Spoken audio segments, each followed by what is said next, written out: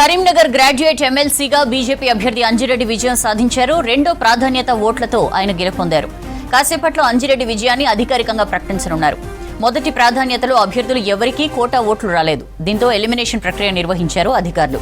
కాంగ్రెస్ అభ్యర్థి నరేందర్ రెడ్డి చేసిన అభ్యంతరాలపై క్లారిటీ ఇచ్చారు ఎన్నికల అధికారి పమేలా సత్పతి. దీంతో కౌంటింగ్ హాల్ నుంచి వెళ్లిపోయారు నరేందర్ రెడ్డి. లెక్కింపు ముగిసింది. నరేందర్ రెడ్డి గారు బయటకు వచ్చారు. సార్ అయిపోయినట్టు సార్ మొత్తం రేపు నేను మీటింగ్ పెడతాను. మీటింగ్ అంటే మీరు ఏదో కంప్లైంట్ చేసినట్టు బయట సమాచారం వచ్చింది. ఏం జరిగింది?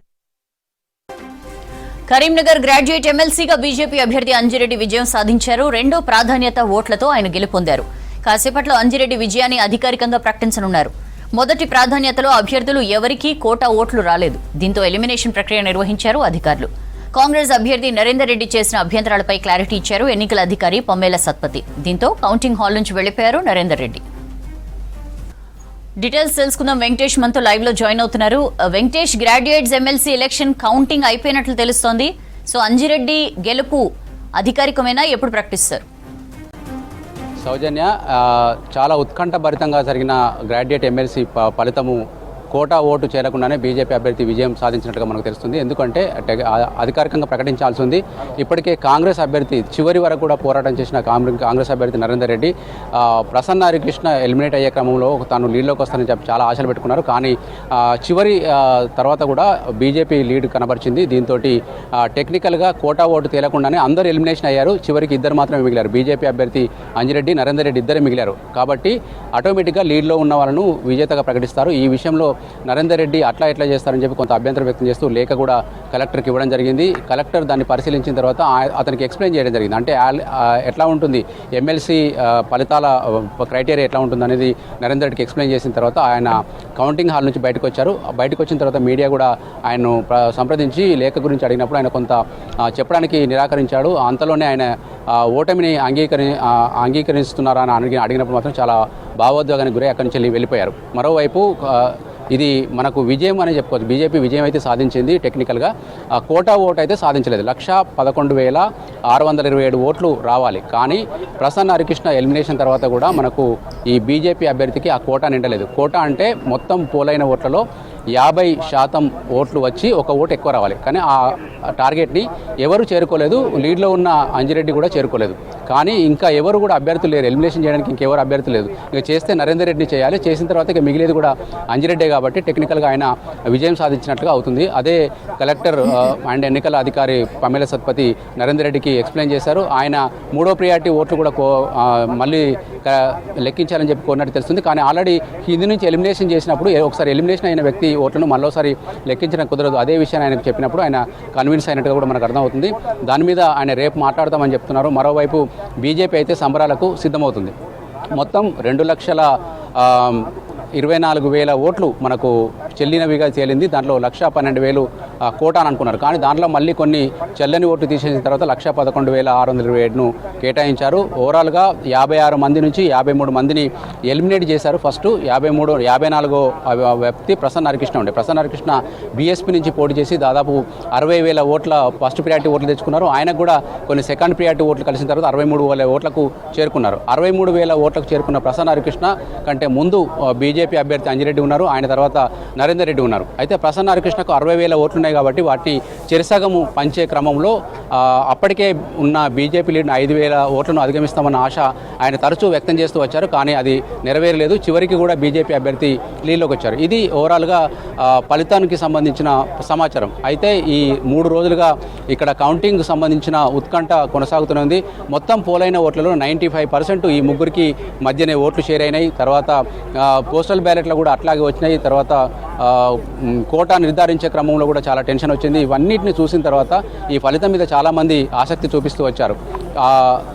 ఏదో ఒక క్షణంలో కాంగ్రెస్ పార్టీ లీడ్ వస్తుందని అనుకున్నారు. కానీ అది నెరవేరలేదు. బీజేపీ విజయం సాధించింది. అయితే మొన్న ఎమ్మెల్సీకి సంబంధించి టీచర్ ఎమ్మెల్సీ ఫలితం కూడా బీజేపీ ఖాతాలోకి వచ్చింది. ఇది కూడా బీజేపీ ఖాతాలోకి వచ్చింది. దీంతో 2 ఎమ్మెల్సీ స్థానాలను గెలుచుకోవడంతో కాంగ్రెస్ పార్టీలోని బీజేపీ శ్రేణులు కూడా విజయోత్సవాలకు సిద్ధమవుతున్నారు.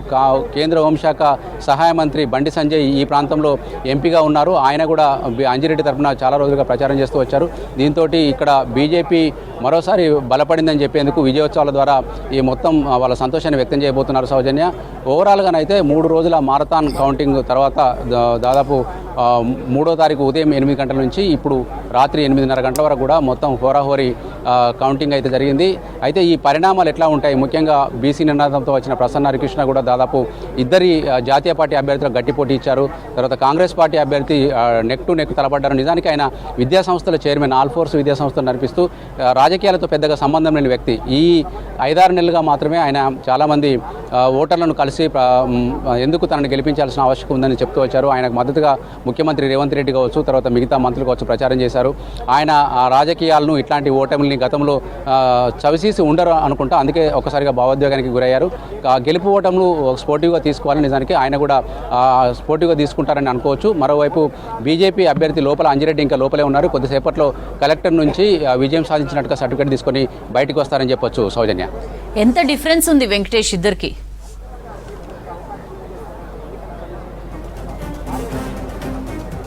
నిజానికి ప్రసన్న హరికృష్ణ ఎలిమినేషన్ కాకముందు 4,991 ఓట్లు బీజేపీకి లీడ్ ఉంది నరేందర్ రెడ్డి కంటే కూడా. ఇద్దరి మధ్యలో 5,000 ఓట్లు. అంటే ఇక్కడ మనకు ప్రసన్న హరికృష్ణ ఓట్లు 60,000 ఉన్నాయి కదా, 60,000లో దాదాపు 32,000 ఓట్లు మాత్రమే సెకండ్ ప్రియారిటీకి సెలెక్ట్ అయినట్టుగా మనకు లోపల నుంచి అనఫిషియల్ డాటా ఉంది. 32,000లో నిజానికి 18,500 ఓట్లు కనుక నరేందర్ రెడ్డికి వచ్చి ఉంటే ఆ 49-91 ఓట్లను అధిగమించి ఈయన ఫస్ట్ ప్రియారిటీకి వచ్చేవాడు, ఫస్ట్ ప్లేస్కి వచ్చేవాడు. కానీ అది జరగలేదు.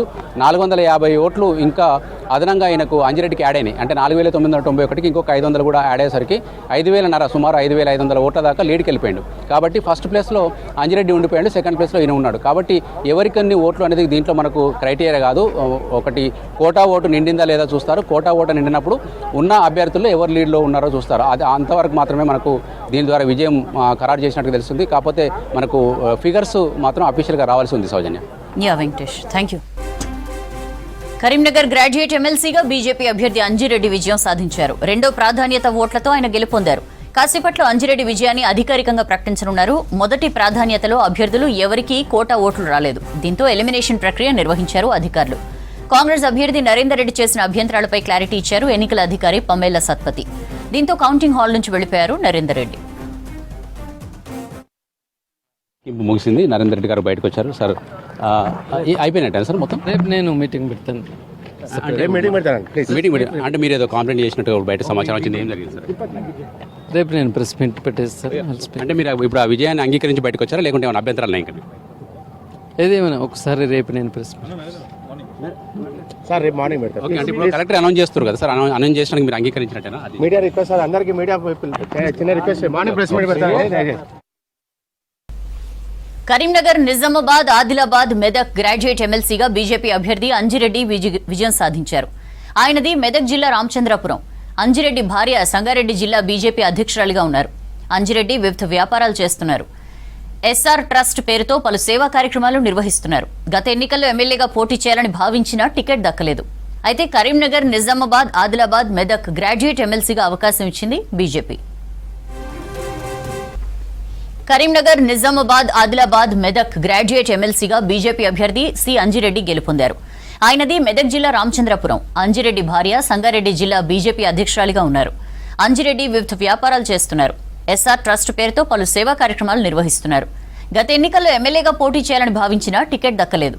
అయితే కరీంనగర్, నిజామాబాద్, ఆదిలాబాద్, మెదక్ గ్రాడ్యుయేట్ ఎమ్మెల్సీగా అవకాశం ఇచ్చింది బీజేపీ.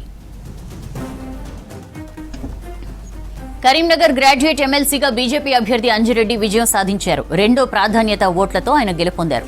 కాసేపట్లో అంజిరెడ్డి విజయాన్ని అధికారికంగా ప్రకటించనున్నారు. మొదటి ప్రాధాన్యతలో అభ్యర్థులు ఎవరికీ కోటా ఓట్లు రాలేదు. దీంతో ఎలిమినేషన్ ప్రక్రియ నిర్వహించారు అధికారులు. కాంగ్రెస్ అభ్యర్థి నరేందర్ రెడ్డి చేసిన అభ్యంతరాలపై క్లారిటీ ఇచ్చారు ఎన్నికల అధికారి పమేలా సత్పతి. దీంతో కౌంటింగ్ హాల్ నుంచి వెళ్లిపోయారు నరేందర్ రెడ్డి. నరేందర్ రెడ్డి గారు బయటకు వచ్చారు. సార్ అయిపోయినట్టే సార్ మొత్తం? రేపు నేను మీటింగ్ పెడతాను. మీటింగ్ అంటే మీరు ఏదో కంప్లైంట్ చేసినట్టు బయట సమాచారం వచ్చింది, ఏం జరిగింది సార్? రేపు నేను ప్రెస్ మీట్ పెట్టేస్తాను. అంటే మీరు ఇప్పుడు ఆ విజయాన్ని అంగీకరించి బయటకు వచ్చారా, లేకుంటే ఏమైనా అభ్యంతరాలు ఇంకా? ఏదేమైనా ఒకసారి రేపు నేను ప్రెస్ మీట్ సార్ రేపు మార్నింగ్ పెడతారు. ఓకే, అంటే ఇప్పుడు కలెక్టర్ అనౌన్స్ చేస్తారు కదా సార్, అనౌన్స్ చేసినానికి మీరు అంగీకరించినట్టేనా? మీడియా రిక్వెస్ట్ సార్, అందరికీ మీడియా చిన్న రిక్వెస్ట్, మార్నింగ్ ప్రెస్ మీట్ పెడతారు. లెక్కింపు కరీంనగర్, నిజామాబాద్, ఆదిలాబాద్, మెదక్ గ్రాడ్యుయేట్ ఎమ్మెల్సీగా బీజేపీ అభ్యర్థి సి అంజిరెడ్డి గెలుపొందారు. ఆయనది మెదక్ జిల్లా రామచంద్రపురం. అంజిరెడ్డి భార్య గోదావరి సంగారెడ్డి జిల్లా బీజేపీ అధ్యక్షురాలుగా ఉన్నారు. అంజిరెడ్డి వివిధ వ్యాపారాలు చేస్తున్నారు. ఎస్ఆర్ ట్రస్ట్ పేరుతో పలు సేవా కార్యక్రమాలు నిర్వహిస్తున్నారు. గత ఎన్నికల్లో ఎమ్మెల్యేగా పోటీ చేయాలని భావించినా టికెట్ దక్కలేదు. అయితే కరీంనగర్, నిజామాబాద్, ఆదిలాబాద్, మెదక్ గ్రాడ్యుయేట్ ఎమ్మెల్సీగా అవకాశం ఇచ్చింది బీజేపీ.